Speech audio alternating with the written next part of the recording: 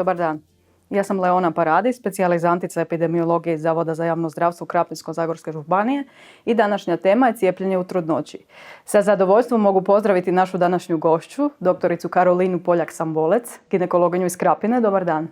Dobar dan i lijepi pozdrav svima koji ćete nas slušati i gledati. Iako je cijepljenje jedan od najvažnijih načina prevencije zaraznih bolesti, možda je još dodatno potrebno naglasiti da se preporuča u trudnoći cijepljenje protiv određenih zaraznih bolesti. Pa doktorice, ukoliko biste nam mogli reći zašto se u trudnoći preporuča cijepljenje protiv određenih zaraznih bolesti?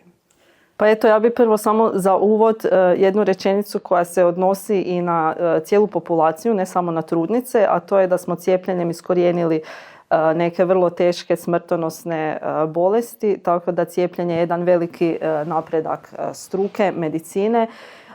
U trudnoći zašto se cijepiti imamo još dodatan benefit, a to je da trudnica ne štiti samo sebe od bolesti ili od težeg oblika bolesti, već štiti i svoje dijete koje nosi, nerođeno dijete i dijete u prvim mjesecima života kad se rodi, kad su djeca zapravo najranjivija, najpodložnija infekcijama i imaju najveći rizik da i razviju teške oblike bolesti i bolesti sa komplikacijama. Možete li nam reći kojim cjepivima se trudnice smiju cijepiti? Trudnice ne smijemo nikako cijepiti sa svim cjepivima, smijemo ih cijepiti sa cjepivima koje sadrže mrtve uzročnike bolesti ili toksoide. Konkretno to je cjepivo protiv gripe, cjepivo protiv hripavca i cjepivo protiv respiratornog sincicijskog virusa.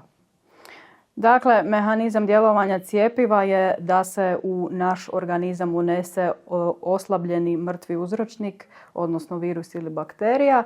Naše tijelo stvori protutijela, u ovom slučaju majčina protutijela prolaze placentu i dođu do djeteta, te ono zaštićeno u prvih 6 mjeseci svojeg života.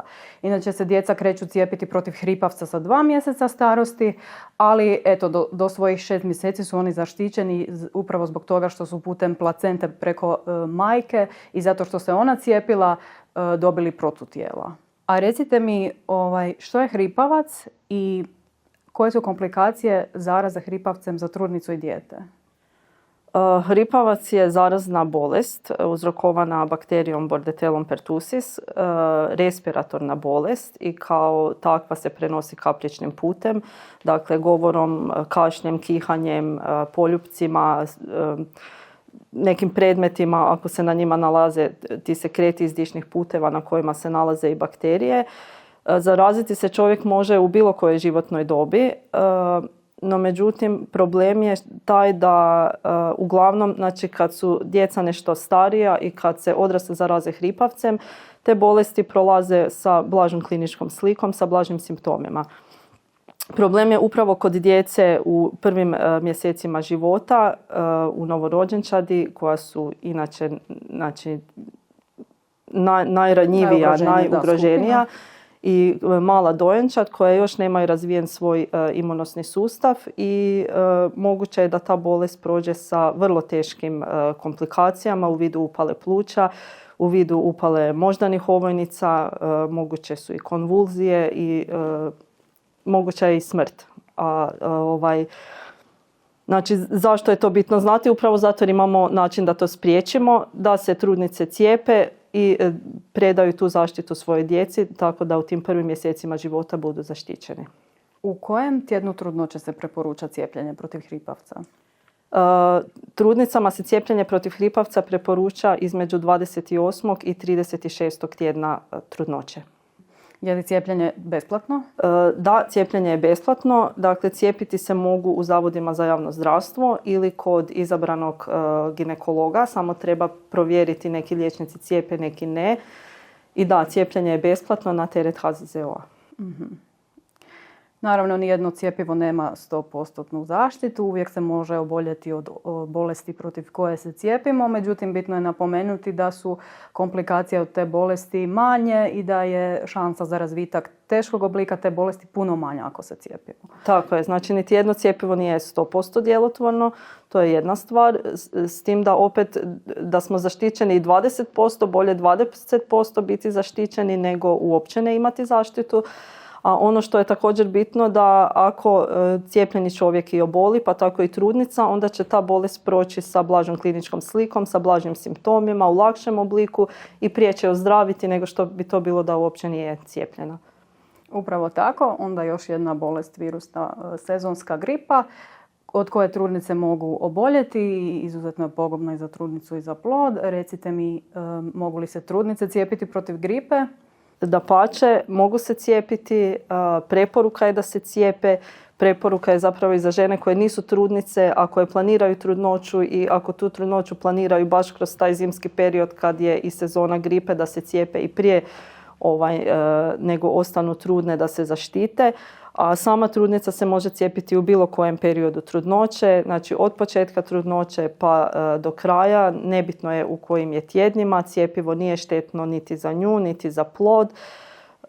Zaštitit će sebe od težih oblika bolesti, jer često zaboravljamo kad krene ta sezona gripe, kad krene cijepljenje, da u tu rizičnu skupinu uvijek se naglašava da su rizična skupina stariji i kronični bolesnici, a često se zaboravlja da su i trudnice ta rizična skupina koja su podložnija infekcijama i koje su pod većim rizikom da razviju teže oblike bolesti, komplikacije u vidu teških upala pluća kada treba i hospitalizacija.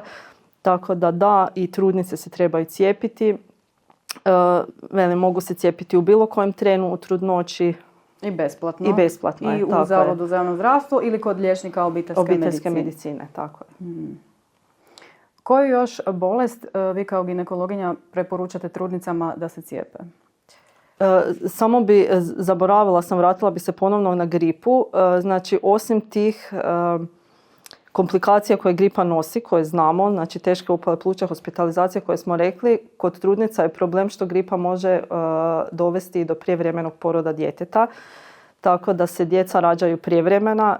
Svi znamo da su prijevremeno rođena djeca nezrela djeca koja vrlo često provode puno vremena u bolnici prije nego budu otpuštena doma i taj prijevremeni porod može ostaviti teške posljedice na bilo koji organski sustav djeteta, hoćemo neurološki, pluća, probavu, osjetila i često ta djeca imaju sekvele koje su teške i to je zapravo onda cjeloživotna borba i trud da to dijete živi, ajmo reći, što normalnije i sa svojim vršnjacima.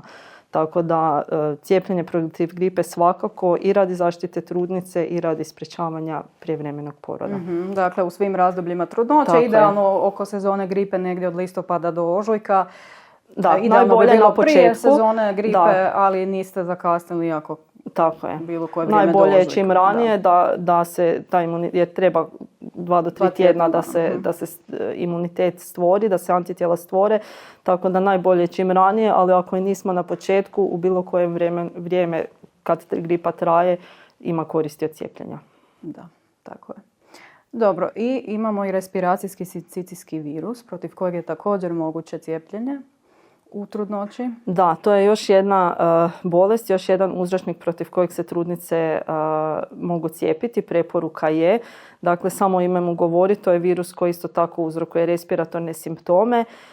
Opet ljudi se mogu zaraziti i više puta u životu i u bilo kojoj životnoj dobi, no problem je taj da su najopasnije infekcije, one prve infekcije kad se čovjek, odnosno dijete, prvi put susretne sa tim virusom i kad oboli, a to je upravo u dječjoj dobi. Zato jer onda ta bolest protekne, odnosno može proteći u vrlo teškom kliničkom obliku sa teškim upalama pluća, sa bronhiolitisima. Djeca, znači 90% djece oboli u prve 2 godine života. Velika većina njih u prvih 2 do 8 mjeseci života. Dakle, to su opet ta mala dojenčad koji imaju veliki rizik da razviju teške oblike bolesti, da budu hospitalizirani. To su teški bronhiolitisi, ne mogu disati, ne mogu jesti, ne mogu spavati, moguće su čak i apne, odnosno ti momenti kada dijete jednostavno prestane disati u toj bolesti. Tako da opet oboljevaju i najteži oblici bolesti su kod tih malih u prvim mjesecima života, a zaštititi ih možemo upravo cijepljenjem trudnica. Jer onda, znači, trudnica stvori antitijela, prijeđu preko posteljice u dijete i dijete ima spremnu obranu da se obrani ako dođe u kontakt sa virusom. Tako je. Što se tiče nuspojava cijepljenja, one su vrlo slične za sva cjepiva. Radi se o bolnosti, crvenilu, otoku na mjestu primjene, općim simptomima kao što su bolovi u mišićima, bolovi u zglobovima, može se pojaviti umor, vrtoglavica, povraćanje mučnina. Međutim, te nuspojave su rijetke, one traju uglavnom 1 do 3 dana i samo ograničavajuće su. Tako je, nekakve blaže nuspojave, to se lako izdrži, nekakva bolnost na mjestu primjene cjepiva. Kratko traje, a pruža nam zaštitu. Tako znači, je, benefiti su višestruki. Puno veći od tih blažih nuspojava koje nastaju. I ukoliko biste htjeli zaključiti sa završnim komentarom kojeg biste htjeli uputiti trudnicama? Pa eto, opet ponavljam rečenicu s početka da cijepljenjem sprečavamo bolest, tako da ne vidim zašto bi se netko odupirao tome. Spriječili smo i riješili se puno teških bolesti i sad isto tako znači cijepljenjem se trudnica štiti od gripe, štiti svoje nerođeno dijete od hripavca ili infekcije uzrokovane respiratornim sincicijskim virusom. Ja sama, sam ginekolog, dakle radim sa ženama, sam žena, i sama imam 2 djece, tako da mogu shvatiti taj strah i brigu koje žene prolaze u trudnoći. Znači, kroz te tjedne, mjesece, kad čekamo da nam se dijete rodi, 1000 pitanja, 1000 dvojbi se svakodnevno javlja u glavi. Da li smijem ovo jesti, da li smijem piti, da li smijem raditi nešto ili ne raditi, ali mislim da je vrlo važno imati dobar odnos sa svojim liječnikom, općenito sa obiteljskim liječnikom, sa stomatologom, sa ginekologom. To je prvi kontakt bolesnog čovjeka ili trudnice sa zdravstvenom zaštitom. Tako da mislim da treba odabrati liječnika kojemu možeš vjerovati, kojega možeš pitati, s kojim se možeš posavjetovati, a onda na osnovu tog povjerenja i postupiti prema njegovim napucima. Jedan od tih je svakako savjet trudnicama da se cijepe protiv onih bolesti i da spriječe ono što se spriječiti da. Upravo tako. I još samo zaključno bismo ponovili da cijepljenje protiv hripavca, gripe je besplatno, ali protiv RSV-a je na vlastiti trošak, dakle nije pokriveno od strane HZZO-a i trudnica bi trebala sama kupiti to cjepivo u ljekarni i u biti doći do svog ginekologa, naravno treba ga pitati cijepi li on. Ili ako ne, doći u Zavod za javno zdravstvo, ali bitno je poštivanje takozvanog hladnog lanca, znači cjepivo nakon kupovine mora se držati u hladnjaku na niskoj temperaturi i tako ga transportirati treba sve do trenutka cijepljenja. Tako je. Kupiti u hladnjak i doći kod liječnika da se primjeni. Da. Eto, hvala vam na gostovanju i bilo nam je zadovoljstvo. Hvala i vama.